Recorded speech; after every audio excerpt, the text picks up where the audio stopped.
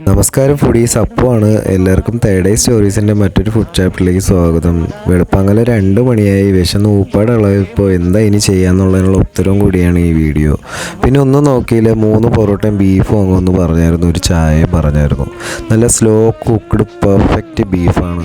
അതിൻ്റെ ഒരു കൺസിസ്റ്റൻസി ആണെങ്കിലും പുളിയാണെങ്കിലും എരിവാണെങ്കിലും എല്ലാം പെർഫെക്റ്റ് ആയിരുന്നു. ഈ ഒരു ബീഫ് വളരെ അണ്ടർ റേറ്റഡ് ആണ്. ഇവിടുത്തെ ബീഫിനെ കുറിച്ച് അധികം ആൾക്കാർ ഞാൻ അധികം കേട്ടിട്ടില്ല. പൊറോട്ടയ്ക്ക് ലേശം ഉപ്പ് കുറവായിരുന്നു. ഞാൻ ആദ്യം വന്നപ്പോൾ തുടക്കത്തിൽ വെറും കഴിച്ചായിരുന്നു, അപ്പോൾ ഉപ്പ് കുറവായിരുന്നു. പക്ഷെ ഒരുമിച്ച് മിക്സ് ചെയ്ത് കഴിക്കുമ്പോൾ ഒരു രക്ഷയില്ല കേട്ടോ. ഇത് ഒരുമിച്ചെടുത്ത് കഴിച്ചിട്ട് ഒരു ചായയും കൂടെ കുടിക്കണം.